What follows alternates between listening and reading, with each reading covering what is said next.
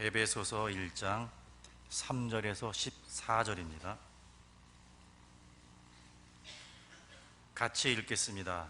찬송하리로다. 하나님 곧 우리 주 예수 그리스도의 아버지께서 그리스도 안에서 하늘에 속한 모든 신령한 복을 우리에게 주시되 곧 창세 전에 그리스도 안에서 우리를 택하사 우리로 사랑 안에서 그 앞에 거룩하고 흠이 없게 하시려고 그 기쁘신 뜻대로 우리를 예정하사 예수 그리스도로 말미암아 자기의 아들들이 되게 하셨으니 이는 그가 사랑하시는 자 안에서 우리에게 거저 주시는 바 그의 은혜의 영광을 찬송하게 하려는 것이라.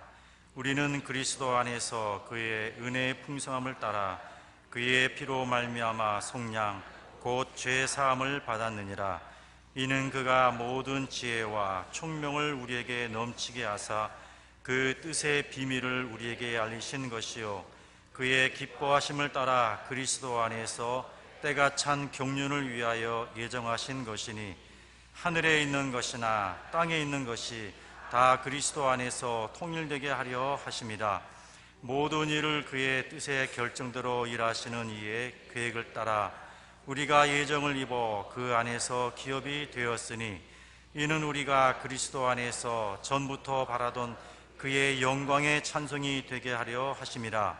그 안에서 너희도 진리의 말씀 곧 너희의 구원의 복음을 듣고 그 안에서 또한 믿어 약속의 성령으로 인치심을 받았으니 이는 우리 기업의 보증이 되사 그 얻으신 것을 속량하시고 그의 영광을 찬송하게 하려 하심이라. 아멘. 네, 오후 예배지만 또 이렇게 참석해서 함께 기도로 동참해 주셔서 너무 감사드립니다. 오늘은 처음으로 제 이야기를 잠깐 서두에 좀 드리고 그리고 오늘 하나님 말씀을 보도록 하겠습니다. 저는 기독교 가정에서 자랐습니다. 3대째 기독교 가정에서 자랐고 크게 부모님이 보시기에 사고를 치고 다니진 않았습니다. 물론 어머니 생각은 좀 다르신데 아주 눈에 띄게 사고를 치진 않았습니다. 그렇게 10대를 지내고 20대를 지내면서 20대 중반부터 철이 들기 시작하면서 고민이 생기기 시작했습니다. 나는 어떻게 살아야 되나? 어떤 사람을 만나서 어떻게 결혼해야 되지? 나는 어떤 일을 해야 할까? 이런 고민들이 하나 둘씩 생겨나기 시작했고 그 고민에 대한 해결을 갖가지 방법들을 사용해 보기 시작했습니다. 사람들에게 물어보고 또 책을 보기도 하고 유명한 세미나를 또 보기도 했는데 실제로 그렇게 해도 해결이 되지 않았습니다. 그러다가 말씀을 알고 싶었습니다. 생각해보니 어릴 적부터 교회를 다녔지만 성경의 내용을 어느 정도는 아는데 성경 자체가 의미하는 그 의미는 거의 몰랐습니다. 말씀을 통해서 다른 누구가 아니라 하나님 말씀의 그 기준으로 내 인생에 대한 고민을 해결해 보고 싶었습니다. 정말 자유한 삶을 살고 싶었습니다. 성경 말씀 중에 그러다가 진리가 너희를 자유케 하리라는 말씀이 생각이 났습니다. 아, 그렇지. 진리가 우리를 자유케 하지. 그런데 어떻게 해야 진리로 자유롭게 되지? 또 다시 오랜 시간 고민하기 시작했습니다. 진리가 나를 자유케 한다는 걸 알겠는데 어떤 방식으로 진리를 찾아야 되나 그런 고민을 하다가 그 말씀 구절을 찾아보니 그 자체에 하나님 말씀의 해결점, 정답이 있었습니다. 같이 한번 찾아볼까요? 요한복음 8장 32절입니다.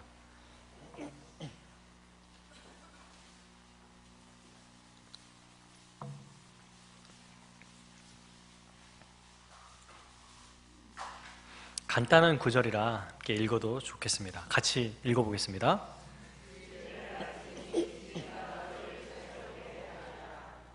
아멘. 진리를 알지니가 답이 나와 있습니다. 저는 그동안 많이 들었던 이야기가 진리가 너희를 자유케 하리라 이 말씀은 많이 들었는데 그럼 어떤 방식으로 자유케 되느냐? 그 앞에 뭐가 있습니까? 진리를 알지니. 진리를 알게 되면 그 진리를 통하여 자유하게 된다는 것입니다. 하나님의 말씀을 바르게 이해하고 알아갈 때 자유하게 된다는 것을 알게 됐습니다. 기독교는 지식의 종교입니다. 진리를 배우고 알아가는 것이 가장 중요하고 이것이 우리 신앙생활의 아주 근간이 됩니다. 왜냐하면 성령님은 진리를 통해 우리를 깨닫게 하시고 역사하시기 때문입니다. 여기에 우리를 자유롭게 하는, 그럼 그 진리라는 게 뭐냐? 이거에 대한 고민이 또 생기기 시작했습니다.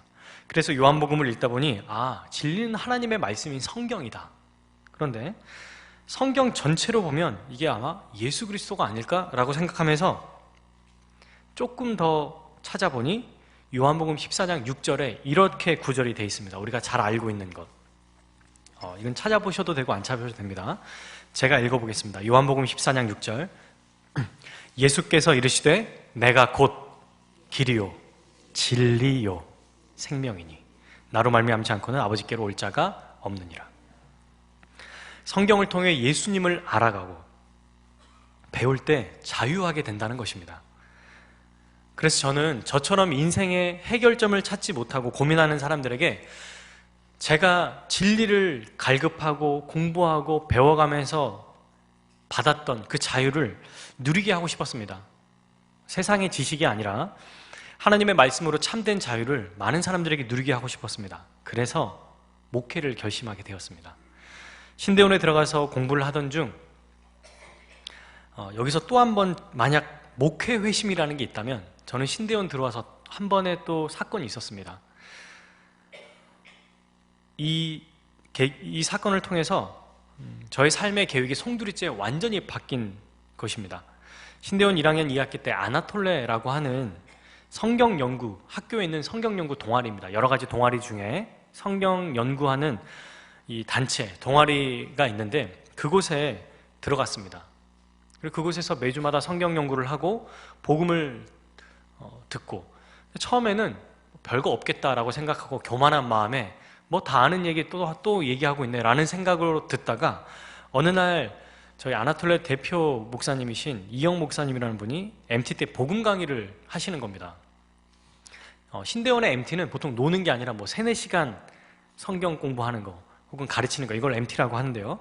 이 강의를 들으면서 오히려 저는 그런 생각을 했습니다. 복음에 대해서 알려준다고? 아니, 사람들은 이미 복음을 알고 있으니까 이제 어떻게 살 것인지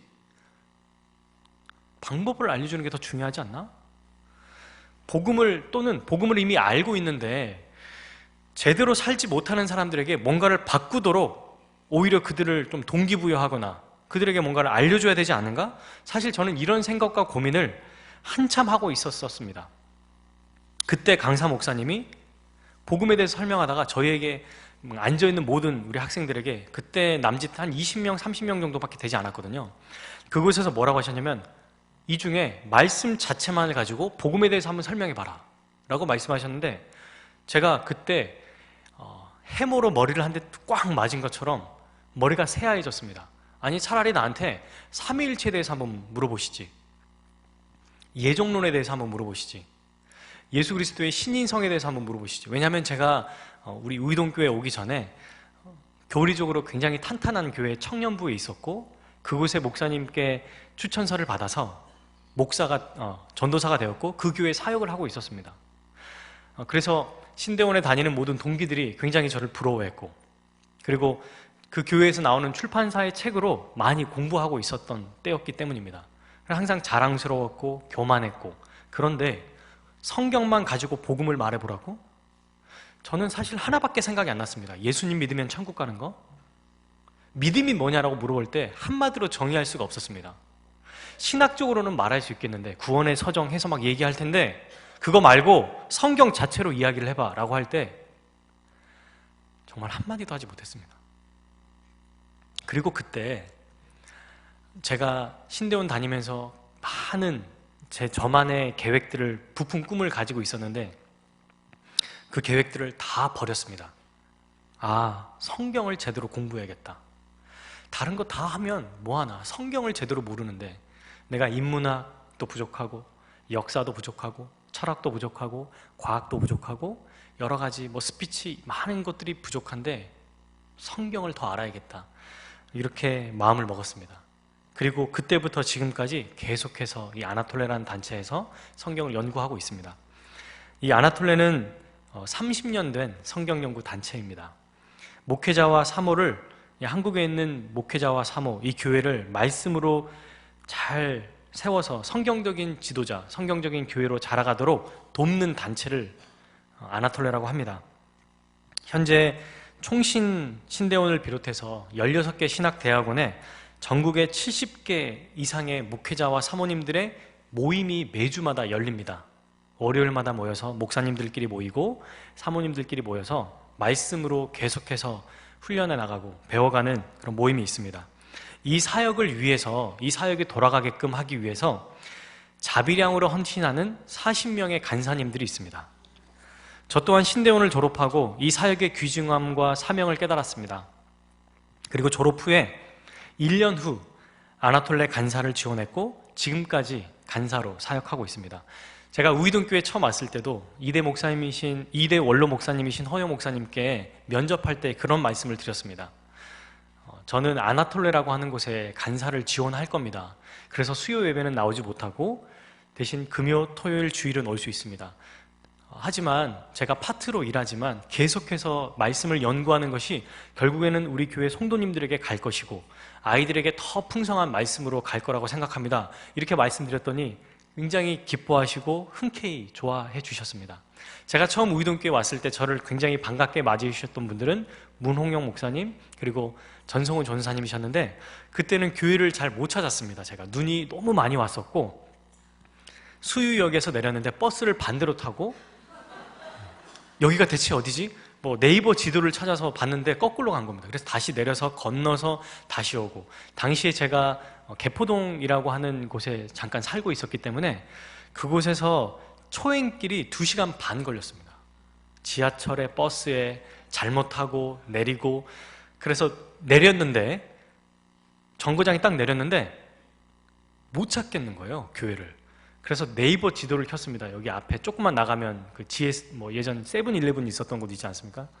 거기 내려서 지도를 찾고 있는데 저기서 이렇게 털옷 입으신 문훈 목사님이 여기에요 라고 손드는 거 보고 들어갔는데 정말 시골이구나. 처음에 죄송합니다. 여기 진짜 시골이구나 라는 생각을 가졌는데 너무 깜짝 놀란 건 교육자 사무실이라고 해서 들어갔는데 주택을 들어가는 거예요. 주택에 들어갔는데 난로를 피고 있었습니다. 그때 거기서 전성훈 전사님이 막 맞이해 주시고 차 한 잔 주시고 막 이러는데 그 대기실도 제가 직전까지 있었던 교회와 약간 차이가 있었거든요. 그리고 목사님께서 뵙자고 해서 딱 들어갔는데 의자가 들쭉날쭉인 거예요. 목사님의 의자가. 근데 그때 담임 목사님과 면접하면서 이 교회 정말 가고 싶다라는 생각을 하게 됐습니다. 담임 목사님의 홈페이지를 봤을 때 홈페이지에 제가 가장 마음에 들었던 구절이 그거였습니다. 이 세상에 사람들이 할 일이 많이 있겠습니다마는 복음을 알아가는 것이 가장 중요합니다.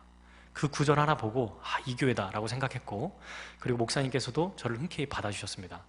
이후에 이대 목사님께서 이제 원로가 되신 다음에 3대 목사님께서 또 저를 긍휼히 여겨주셔서 저를 받아주시고 또 포용해 주셔서 지금까지 사역할 수 있었습니다.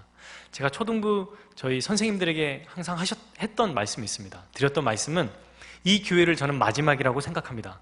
제가 이 사역을 평일에 아나톨레 사역 매주 일주일에 2-3번씩 모이는 이 모임 때문에 파트밖에 할 수 없지만 혹이라 이 사역을 그만두고 전임을 하게 된다면 이 교회에서 하거나 혹은 이 교회를 마지막이라고 저는 생각합니다 라고 얘기했고 실제로 그렇게 지금 진행이 된 것 같습니다. 저희 아나톨레를 얘기하면서 제 얘기를 할 수밖에 없었습니다. 이 아나톨레의 표현은 한 명의 목회자가 변하면 한 교회가 변한다.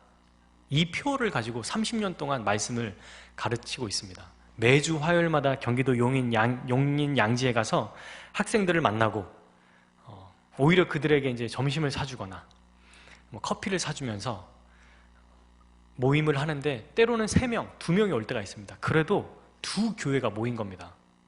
그분들이 다 전도사님이기 때문에 30명, 40명, 내 앞에는 2명이 모여도 60명이 지금 드립고 있구나. 10명이 오면 10교회가 내 앞에서 함께 모임을 하고 있구나 해서 매주 화요일마다, 매주 수요일마다, 매주 금요일마다 이렇게 신대원에 가서 사역을 하고 있습니다.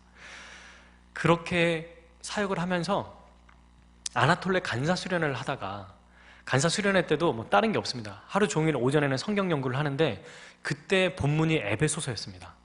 그 에베소서 말씀을 보다가 제가 영상에도 말씀드린 것처럼 1장 23절에 교회는 그의 몸, 예수 그리스도의 몸이니 만물을 충만하게 하시는 그 충만합니다. 충만하면 충만하게 된다. 아, 그리스도가 계시기 때문에 교회 자체가, 한국 교회가 이렇게 힘들고 어렵고 여러 가지 문제가 있다고 할지라도 모든 교회는 주님의 교회구나. 사람이 많든 적든, 재정이 많든 적든, 그리고 얼마나 규모가 갖춰져 있든 갖춰져 있지 않든 우리 주 예수 그리스도가 다스리고 있기 때문에 그 자체로 충만하구나. 교회는 복음이 선포될 때 더 이상 채우지 못할 정도로 충만해지는구나. 그런데 복음이 없으면 정말 충만한 곳이 아니라 빈약한 곳이구나. 이렇게 생각하면서 그때부터 교회를 개척 결심을 하게 됐습니다. 그리고 작년 담임 목사님께 작년 하반기에 저에게 이제 앞으로 향후 계획이 어떻게 되냐고 물어보셨을 때 교회를 개척할 계획이라고 말씀드렸고, 그때부터 조금씩 준비하기 시작했습니다. 그래서 오늘 이렇게까지 또 개척 예배를 드릴 수 있게 되었고, 실제로 제가 이 자리를 빌어서, 사실 이런 말은 제가 잘 하지 않지 않습니까? 설교만 하는 타입인데 오늘은 또 같이 와주셨기 때문에 이런 말씀을 좀 드리고 싶습니다. 우이동교회에 온 건 저에게 참 큰 복이고 기쁨입니다. 너무 많은 복과 은혜를 받았습니다. 사실 파트 사역자가 교회를 개척한다고 했을 때 대부분의 저희 간사님들이 많이 개척을 하셨는데 어떤 반응을 하시냐면 성도들에게 말하지 말고 나가라. 네. 여러분 웃음이 나오시지만 당사자는 마음이 찢어집니다. 말도 할 수 없고 지원도 못 받고, 그리고 성도들이 오면은 담임 목사님 눈치 보고, 그래서 여전히 3년 4년 사역하시는데 2-3명이에요. 그냥 끝까지 믿음으로 버팁니다. 근데 저는 후원 예배를 드려주시고 현수막도 달아주시고 주보에 끼우게 해주시고, 제가 수요일날 목사님께 목사님 영상만 나가는 거 너무 좀 죄송합니다. 혹시 직접 좀 말씀드려도 되겠습니까? 했을 때 답이 없으셔서 안 됐나 보다. 너무 많은 걸 요구했다 제가 라고 생각했는데 또 답변이 온 겁니다. 그래서 오늘 이렇게 오전에 말씀드릴 수 있었습니다. 너무 행복하고 너무 감사합니다. 이 교회에 있었다는 것 자체가 기쁨이고 너무 하나님께 감사드립니다. 네, 이게 서론이고요. 오늘은 예배가 길지는 않겠지만 조금 더 길게 해도 되겠습니까? 네, 아주 길게는 안 하겠습니다. 네, 이따 오후에 또 일정이 있기 때문에 그래서 제가 교회 개척을 결심하게 된 에베소서 말씀을 좀 살펴보려고 합니다. 사실은 제가 원래 계획했었던 건 1장 23절이었습니다. 하지만 지난주에 우리 원로 목사님께서 본문을 정하셔서 목회자의 철칙이 있습니다. 담임 목사님이 하신 본문은 하면 안 된다. 그래서 이미 지난주에도 은혜 받았고, 오늘 우리 또 박병덕 담임 목사님을 통하여서 또 큰 은혜 받은 우리 성도님들에게 오늘 제가 이 교회의 영광과 충만함을 같이 함께 말씀을 통해서 하나님의 은혜를 나누려고 합니다. 자, 3절을 보면 찬송하리로라 로다 그런 말이 있습니다. 누구를 왜 찬송해야 됩니까? 바로 뒤에 나옵니다. 하나님 곧 우리 주 예수 그리스도의 아버지. 바울은 다짜고짜 찬송하자고 먼저 이야기합니다. 여러분, 에베소서는 총 6장으로 되어 있는데요, 1장부터 3장까지는 교리입니다. 교리. 하나님이 교회에게 얼마나 큰 은혜를 주셨는가를 말하는 거고요, 4장부터 6장까지가 그 은혜를 받은 자들이 실천해야 된다. 어떻게 살 것인가, 이게 4장부터 6장까지의 내용입니다. 그래서 이 말씀을 아는 자들, 교회에게 주신 하나님의 영광과 충만한 은혜를 받은 자들이 어떻게 살아야 되냐? 하나 되게 하신 것을 힘써 지켜라. 빛의 자녀들처럼 살아라. 또 지혜로운 자처럼 살아라. 술 취하지 말고 성령 충만하게 살아라. 피차 그리스도를 경외함으로 복종하며 살아라. 그렇게 하기 위해서 기도와 전신갑주 말씀으로 무장해라. 네, 지금 이게 4장부터 6장까지 말씀입니다. 이렇게 살 수 있게 된 원동력이 무엇인가? 어떻게 우리가 이렇게 살 수 있는가? 이게 바로 1장에서 3장이고, 그리고 오늘 이 3절에서 14절이 핵심 메시지입니다. 자, 하나님은 뭐라고 하셨냐면, 말씀해 보니 그 하나님 아버지께서 우리에게 하늘에 속한 모든 신령한 복을 주셨다고 말합니다. 여러분, 하늘에 속한 신령한 복이 무엇입니까? 만약 3절까지 딱 끝내버리고 더 이상 제가 본문을 보지 않고 설교하면 각양각색의 생각들이 드실 겁니다. 아, 하늘의 신령한 복? 뭔가 약간 신령한이라는 말이 들어있으니까 영적인 복 중에 뭔가 은사를 얘기하는 건가? 신령한 복이니까 내가 받지 못하고 이 세상에 보지 못했던 희귀한 일들을 얘기하는 건가? 이렇게 생각할 수 있습니다. 그런데 굳이 성경은 이것을 설명합니다. 하늘의 신령한 복이 무엇인지를 4절 첫 부분에 어떻게 되어 있습니까? 곧이라는 말은 무엇입니까? 내가 하늘에 속한 신령한 복이 무엇인지 설명하겠다. 그게 4절부터 나오는 거야. 이게 바로 하늘에 속한 신령한 복입니다. 근데 이 복을 누구를 통해 주시냐면 그리스도 안에서입니다. 그리스도 안에서라는 게 무슨 뜻입니까? 그리스도를 통해서 이 복을 주셨다. 하늘이라고 하는 이 하늘은 여러 가지 의미가 있지만 하나님이 통치하시는 이 하나님 나라를 이야기한다고 생각하시면 됩니다. 신령한 복은 성령님으로 보통 생각합니다. 그래서 하나님이 성령님을 통해 복을 주신다. 근데 그 복이 뭐지? 그 복이 뭐지? 라고 생각하시지 않습니까? 그때 4절에 이 복이 무엇인지 내가 설명하겠다. 자, 4절에 뭐라고 되어 있는지 한번 읽어보겠습니다. 곧 창세전에 그리스도 안에서 우리를 택하사 우리로 사랑 안에서 그 앞에 거룩하고 흠이 없게 하시려고. 사랑하는 여러분, 하나님은 우리를 창세 전부터 택하셨습니다. 언제부터요? 창세 전이요. 창세 전이면 우리가 태어나기도 전에, 아니 이 세상 만물이 조성되기도 전에, 창세기 1장 1절에 태초에 하나님이 천지를 창조하시니라 라고 말하기 이전에 우리를 택하셨다고 말씀하십니다. 이 말은 전적인 하나님의 은혜로 택함받았다는 말입니다. 하나님의 자녀가 되기 위해서 우리가 뭔가 한 게 있습니까? 아니 뭔가를 할 수가 있습니까? 태어나기도 전인데 우리의 행위나 우리의 어떤 내 역할이 뭔가 들어가 있습니까? 없어요. 아무것도 없습니다. 그냥 전적인 하나님의 은혜로 우리를 택하셨다는 것입니다. 그리고 이 말은 우리의 구원이 변하지 않는다는 겁니다. 지금 내가 신앙생활, 하나님께서 나를 창세전부터 택하셨다면 내가 신앙생활을 잘 못하고 때로는 조금 넘어지기도 하고 때로는 조금 어려운 삶을 살기도 해서 하나님 앞에 죄인이다, 하나님 날 버리시면 어떡하지? 라고 생각할 필요가 없습니다. 왜요? 창세전부터 우리를 택하셨는데 우리가 지금 조금 잘못하고 실수한다고 해서 바꿔버려야겠다 하실 분입니까? 이 말 자체가 우리의 구원이 언제부터 결정됐냐고요? 창세전부터 우리가 뭔가를 하기 이전에 구원이 변하지 않는다, 이것을 말하고 있습니다. 그러면 왜 우리를 구원하시는가? 그분의 기쁘신 뜻이다. 사랑하는 여러분, 하나님께서 우리를 사랑하시는 동기와 목적이 성경에서는 뭐라고 말하냐면 요한일서, 하나님은 사랑이시니라. 그냥 우리를 사랑하셨다, 그 이상 이야기하지 않습니다. 그분의 기쁘신 뜻이다, 이게 하나님의 뜻이다라고 말하기 때문입니다.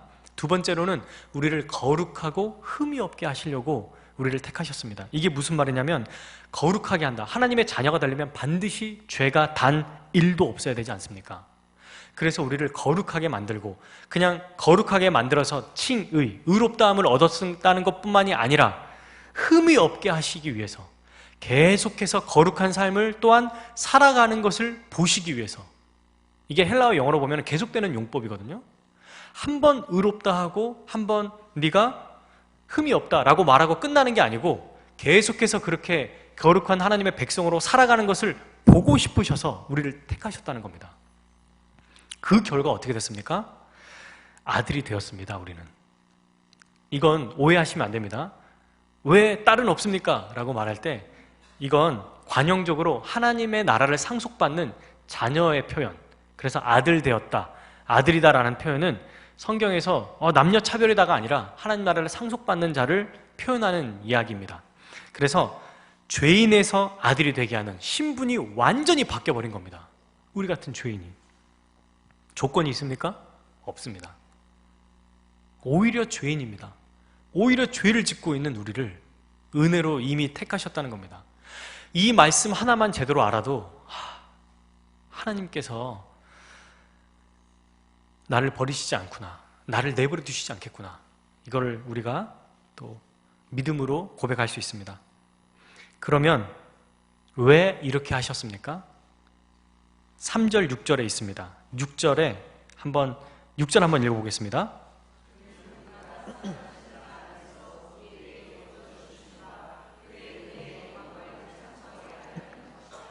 아멘. 은혜의 영광을 찬송하게 하려고. 그래서 처음부터 바울이 찬송하리로다, 뭐 했다가 또 찬송하리로다, 뭐 막 쓰려다가 또 찬송하리로 막 튀어나오는 겁니다. 하나님의 은혜가 너무 크니까. 그래서 이 은혜를 감격해서 하나님이 나를 창세전에 계획하셨구나, 이걸 주께서 우리가 아시고 알게 하셔서 찬송을 받기 위해서 우리를 이렇게 택하신 것입니다. 이건 우리가 알고 있는 웨스트민스터 소교의 문답, 인간의 제일 되는 목적이 무엇입니까? 하나님을 영화롭게 하고 그분을 영원토록 즐거워하는 것이다. 이게 바로 그겁니다. 그분이 우리에게 주신 은혜와 복을 알 때 그분께 영광 돌리며, 생각해 보십시오. 아무것도 안 했는데 은혜를 주시는 거예요. 감사하고 찬양할 수밖에 없지 않겠습니까? 그런데 하나님은 이것을 그리스도를 믿는 모든 자에게 다 주셨답니다. 필요한 복을 다 주셨답니다. 과거형으로 되어 있습니다. 3절이. 하늘에 속한 신령한 모든 복을 너희에게 열심히 하면 줄 거고 열심히 안 하면 안 주고가 아니라 주시되. 믿을 때 다 주셨습니다. 믿으십니까? 아멘. 네, 이거 진짜 믿어야 됩니다. 여러분, 혹시나 우리가 어떤 분들을 접할 때, TV나 책을 볼 때 아직 복 받은 게 더 남아있다, 아직 열심히 네가 신앙생활을 하지 않았기 때문에 좀 더 차오르면 하나님이 주실 텐데 아직 못 차올라서 주지 못한다, 이런 말을 들으면 경계해야 됩니다. 오늘 3절은 이미 그리스도 안에서 다 주셨다고 말하고 있기 때문입니다. 다 주셨습니다. 다.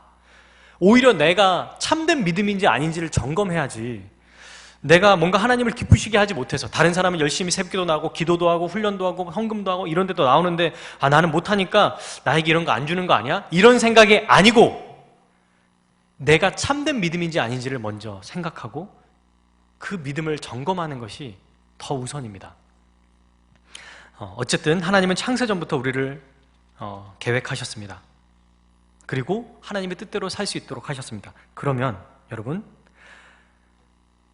자격이 없는 우리가 하나님을 이렇게 찬양할 수밖에 없는데 어떻게 이렇게 하나님의 자녀가 될 수 있었습니까? 근거가 무엇입니까? 아니, 방법은 무엇이죠? 그게 바로 7절, 6절, 7절, 8절에 나와 있는 겁니다. 네, 제가 그냥 설명하겠습니다. 6절, 자신의 그가 사랑하시는 자 안에서. 7절, 그의 피로. 하나님은 자기가 사랑하는 아들을 죽이심으로, 피 흘려 죽이심으로 우리를 자녀 삼아 주셨습니다. 우리는 예수님의 십자가 죽음으로 하나님의 자녀가 되었습니다. 속량이란 말은 노예나 포로를 해방하기 위해서 몸값을 지불하는 것을 말합니다. 그러니까 돈을 줬을 때 그 노예가 해방되는 것처럼 예수님이 우리를 속량해 주셨다는 것은 예수님 자체가 속전이 되셨다는 것입니다. 바울은 이 표현을 로마서에서 아주 중요한 표현, 화목제물이라는 단어를 썼습니다.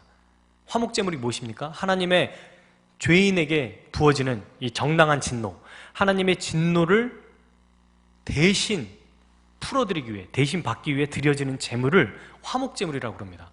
예수님이 우리의 진노를 대신 받으셔서, 우리의 저주를 받으셔서 제물이 되셨습니다. 제가 화목교회라고 한 그 이유도 이 처음에 화목을 그 화목으로 따왔습니다. 예수님을 믿음으로 화목하게 된 자는 하나님과 화목하게 되고, 그리고 모든 성도들과 화목하게 된다. 근데 어디서부터 시작됩니까? 예수 그리스도의 화목제물. 예수님은 여러분 마가복음에서 3가지 고통을 당하셨습니다. 제가 오늘 이 본문만 사실 좀 더 많이 남았지만 조금만 간략하게 설명하고 이렇게 마무리를 짓겠습니다. 마가복음에서 예수님의 죽음을, 이 화목제물, 이 속량을 세 가지 고통으로 설명합니다.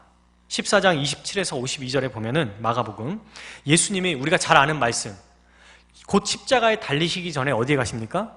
겟셋마네 동산에 가셔서 기도하십니다. 근데 예수님은 첫 번째로 정서적인 고통을 겪으셨습니다. 가장 사랑하는 제자 중에 한 사람이 자신을 팔았습니다. 가룟 유다. 두 번째, 예수님은 베드로와 요한과 야고보를 데리고 겟셋마네 동산으로 가셨습니다. 그리고 내가 죽게 되었으니 나를 위해 기도해 주라 라고 3번이나 요청했지만 그들은 기도하지 못하고 잠들었습니다. 겟셋마네 기도를 마치고 내려가자 예수님을 잡으러 온 군인들이 있었습니다. 근데 예수님의 제자들은 전날 최후의 만찬하면서 베드로가 그러지 않았습니까? 나는 주님을 절대 부인하지 않겠습니다 라고 말하기가 무섭게 자신들도 예수님처럼 끌려갈까봐 다 예수님을 버리고 도망갔습니다. 한 명도 빠짐없이 그 자리에서 다 도망갔습니다. 모든 제자를 대표하는 베드로는 예수님이 잡혀갔고 시간이 지나서 닭이 울기 전에 3번 부인했습니다. 함께 있었던 제자들과 따랐던 모든 사람들에게 철저히 버림받았습니다. 이 정서적인 고통이 있었고, 두 번째, 심적인 육체적인 고통을 겪으셨습니다. 우리를 구원하시기 위해서 어떤 고통을 겪으셨는지는 우리는 이걸 잘 알아야 됩니다. 알고 있다고 해서 익숙하다고 해서 넘기는 것이 아니고 계속해서 이것을 알아야 됩니다. 심적인 고통을 겪으셨는데 본문에는 어떤 표현이 있냐면 심히 놀라며 슬퍼하셨고 마음이 괴로워 죽게 될 정도였다. 완전한 하나님이시지만 완전한 인간이시기 때문에 고통과 괴로움으로 정말 반 성경에 있는 그 원어 자체를 해석하면 반 미친 사람처럼 이라는 표현이에요. 십자가에 죽을 거를 너무 고통스러워서. 그래서 루터는 이렇게 얘기했습니다. 인간 중에, 사람 중에 이 사람보다 더 죽음을 두려워하는 사람은 없었다. 십자가형을 또 어떻습니까? 형을 받기 전에 모진 고통과 모욕을 받았습니다. 모두가 보는 앞에서 침뱉음을 당하고 모욕을 당했습니다. 얼마나 심하면 여러분 십자가형을 당하기 전에 당하는 이 사람들이 채찍질을 맞을 때 많이 죽는다고 합니다. 채찍 아시죠? 그냥 채찍이 아니라 송곳이 달려서 때리면 살점이 뜯어나가는, 한 번이 아니라 수십 번을 때리니 뼈가 다 드러나는, 그때 많이 죽는답니다. 그리고 십자가는, 이 십자가가 의미하는 건 가장 흉악한 죄인들이 달리는 곳. 얼마나 비참합니까? 살인자나 로마 황제를 반역한 자들만 달리는, 연쇄살인마들, 이런 사람들만 달리는 곳에 예수님이 십자가 지셨습니다. 그리고 손과 발에 못을 박히시고, 못을 박히기 전에 또 뭘 당했습니까? 이방인인 로마 군인에게 머리를 때리고 갈대로 때리는 침 뱉고, 야, 너 누가 했는지 맞춰봐라. 그리고 유대인의 왕이라고 명패를 달고 가시관을 쓰시고. 실제로 십자가의 고통은 어떻습니까? 여러분, 손바닥에 못을 박으면 손바닥이 찢어집니다. 몸의 체중 때문에. 그래서 이 팔에 요골과 척골이라는 게 있어서 만져보시면 가운데가 비어있죠. 여기에다가 못을 박는 겁니다. 뼈로 지탱해서 떨어지지 않도록. 몸이 너무 아프니까 이렇게 몸이 축 처지지 않습니까? 그러면 그때는 너무 숨을 못 쉬니까 숨을 쉬고 싶어서 다시 올라간답니다. 사람들이. 십자가형을 받은 사람들이. 그러면 어떻게 할까요? 이 찢어진 이 몸을 다시 자기 자력으로 올라가야 되니까 너무 고통스러운 거예요. 이게 얼마나 고통이 심하면 자기 몸을 축 늘어뜨려서 빨리 숨을 못 쉬어서 죽으려고 해서 많이 죽는 사람도 있다고 합니다. 질식해서 죽게 됩니다. 근데 예수님은 손과 발에 모든, 그러니까 인간의 정서적 고통뿐만 아니라 육체적인 고통까지 다 당하시고, 근데 이걸로 끝이 아닙니다. 마지막 3번째, 영적인 고통을 당하셨다. 이 고통이 무엇입니까? 여러분, 우리가 지금 주를 위해서 순교를 하면 하나님 아버지는 우리를 기쁘게 팔 벌려 받으실 겁니다. 아, 내 사랑하는 아들아, 내 사랑하는 딸아. 순교자들 하나님이 기뻐하시고 환영하십니다. 그런데 예수님의 죽음은 순교자들의 죽음과 다릅니다. 하나님께 버림받은 죽음이었습니다. 우리는 죽어도 주님이 우리를 맞이해 주실 거라고 생각하지만 예수님은 버림받은 죽음.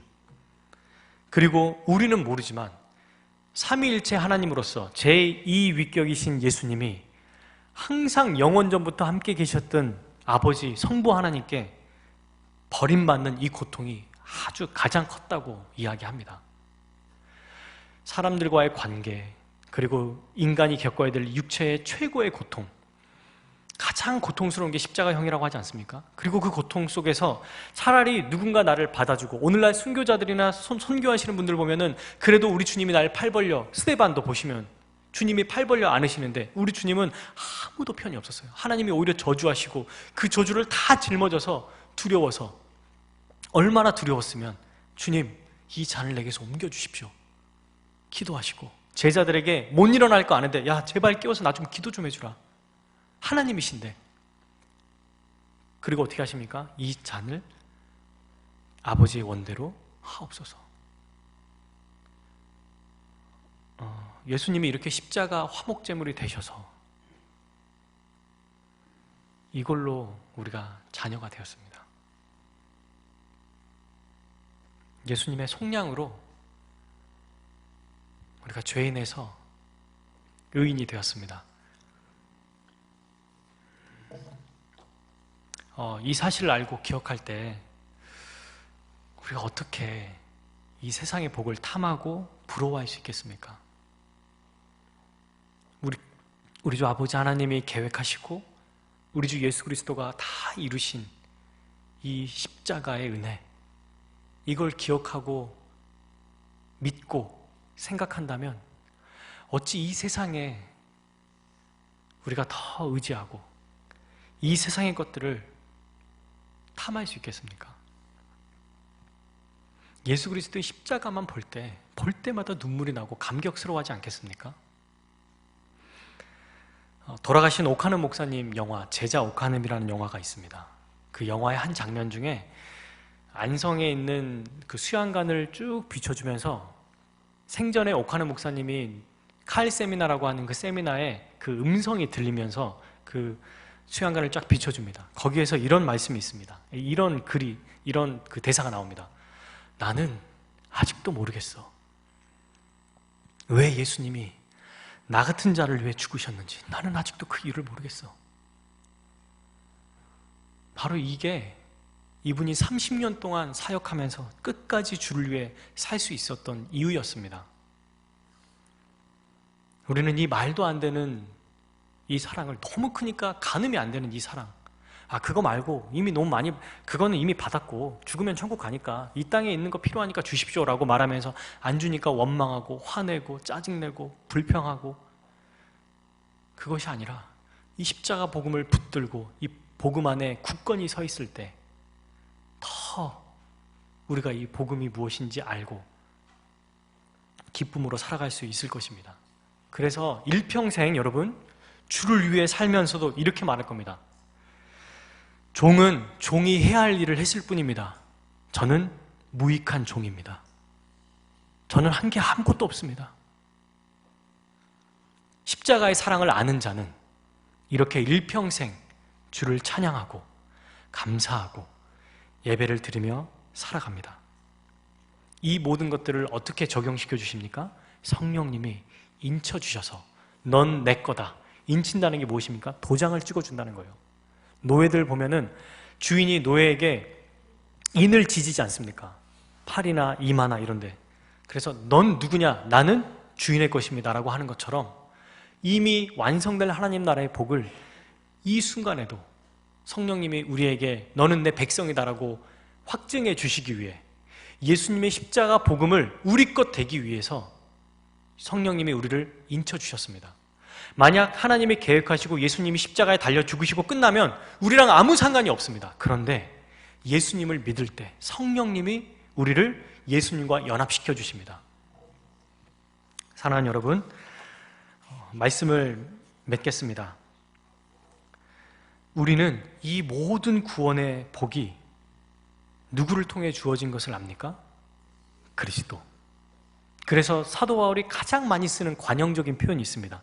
그리스도 안에서, 그분 안에서, 그의 사랑하시는 자 안에서, 그리스도 안에서라는 표현을 꼭 기억하시고 잊지 않으셨으면 좋겠습니다. 그리스도만이 하나님의 원래 아들이고 그분만이 상속자입니다. 그런데 우리가 예수님을 믿을 때 하나님이 우리도 그분의 자녀로 삼아주십니다. 왜요? 예수님이 다 값을 치러주셨기 때문에. 그리고 예수 그리스도의 십자가 공로를 붙들 때만 하나님 나라에 들어가고 그 나라의 복을 받습니다. 또한 예수님을 믿을 때만 성령님으로 인해서 인침을 받고 보증받아 하나님 나라에 들어갑니다. 이 하늘의 신령한 복이 무엇입니까, 여러분? 하나님 나라에 들어가는 것, 구원, 하나님 나라입니다. 이 하나님 나라를 받고 누리는 자가 누구냐면 교회입니다. 그래서 교회는 이 구원의 복을 항상 기억하고 감사하고 다른 어떤 것보다 이 복을 최고의 것으로 여기고 살아야 합니다. 그리고 이 구원의 복을 내 옆에 있는 성도가 누리지 못한다면 함께 누릴 수 있도록 애써서 힘써 노력해야 됩니다.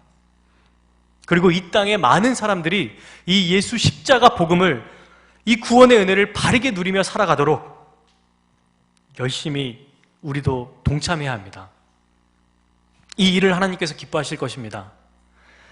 이것은 한 교회가 할 수 없습니다. 그래서 제가 개척하는 이 화목교회가 우기동교회처럼 많은 사람들에게 구원의 은혜를 누리게 하고 또 찬양할 수 있도록 기도해 주시면 감사하겠습니다. 이러한 교회, 영광스럽고 충만한 곳입니다. 왜 그렇습니까? 삼위 하나님이 행하신 이 구원의 사역을 간직하고 있고 적용하고 있고 전하고 있는 이 일 자체로 영광스러운 존재이기 때문입니다. 이 사역을 할 수 있도록 우리 주 예수 그리스도께서 지금도 하늘 보좌에서 우리를 다스리고 계시기 때문에, 충만케 하시기 때문에 우리 교회는 영광스럽고 충만합니다. 함께 기도하겠습니다. 같이 기도할 때 우리 세 가지 기도하겠습니다. 첫 번째는, 하나님, 내가 구원의 이 은혜, 일평생 동안 말씀을 통하여 더 그리스도의 사랑을 알아가게 해주십시오. 두 번째, 우이동교회 우리 성도들에게 나만 이 사랑을 아는 것이 아니라 오직 그리스도의 사랑을 모두가 잘 알아갈 수 있도록 은혜 베풀어 주십시오. 마지막 세 번째, 저희 교회를 위해서 생각나시면 기도해 주십시오. 그래서 우리 교회가, 이 화목교회가 이 땅의 많은 사람들에게 예수 그리스도의 화목제물 되심을 증거하고 화목제물로서 모두가 화목하게 된 이 복된 소식을 잘 전할 수 있도록 같이 기도해 주시기 바랍니다. 함께 기도하겠습니다. 하나님 아버지, 감사합니다.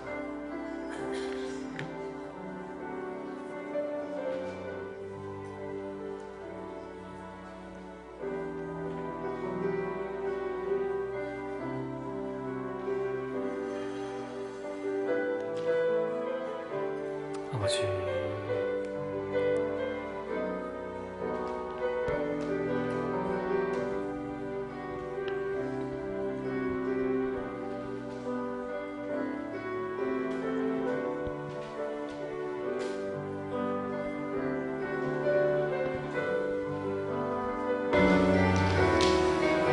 하나님 아버지, 감사합니다. 오늘 에베소서 말씀을 통하여 교회가 얼마나 큰 은혜를 받았는지, 우리가 평생 갚을 수 없는 이 크고 놀라운 은혜를 받았다는 것을 주님 오실 때까지, 우리가 주님께 갈 때까지 잊지 않도록 은혜 베풀어 주옵소서. 나만 구원의 은혜를 누리는 것이 아니라 교회에게 주시지 않았습니까? 내 옆에 있는 우이동교회 형제 자매에게, 이 교회에게 주시는 구원의 은혜를 누리게 하여 주옵소서. 아울러 첫 교회를 시작하는 부족한 저예요, 그리고 화목교회에게도 주님 함께 하셔서 이 구원의 은혜를 잘 누릴 수 있도록 인도하여 주옵소서. 예수님의 이름으로 기도합니다.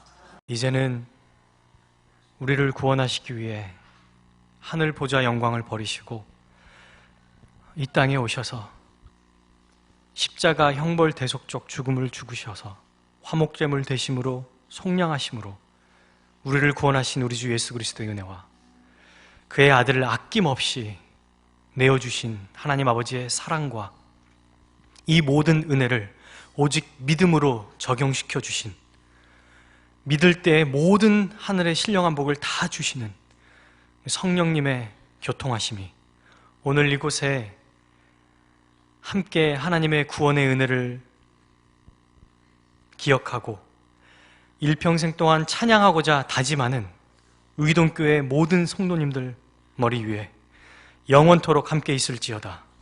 아멘.